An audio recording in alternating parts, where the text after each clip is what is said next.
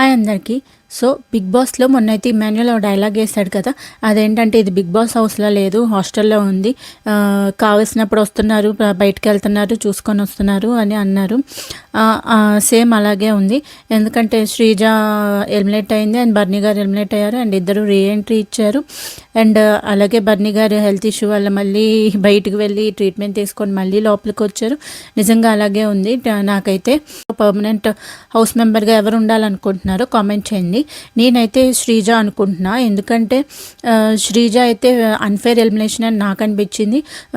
Audience vote వల్ల బయటకు వెళ్ళలేదు, తను వైల్డ్ కార్డ్స్ ద్వారా బయటకు వెళ్ళింది. అండ్ బర్నీ గారు అయితే బాండింగ్స్ పెట్టుకొని గేమ్ ఆడకుండా ఆడియన్స్ ఓట్ ద్వారానే బయటకు వెళ్ళారు. అండ్ ఇంకో విషయం ఏంటంటే ఆయన గేమ్స్ ఆడతారు, బట్ ఇప్పుడు ఆయనకున్న ఇష్యూ, హ్యాండ్ ఇష్యూ వల్ల ఆయన గేమ్స్ ఆడలేకపోతున్నారు. అండ్ ఆయన బదులు వేరే వాళ్ళు ఆడుతున్నారు, నిఖిల్, ఇమాన్యుయల్, దివ్య వీళ్ళు ఆడుతున్నారు. అండ్ శ్రీజానే ఆడుకుంటుంది. ఇదైతే అన్ఫేర్ అని నాకు అనిపించింది.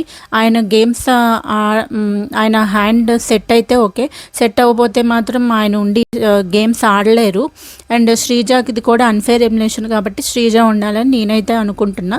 మీరు ఎవరు ఉండాలనుకుంటున్నారో కామెంట్ చేయండి.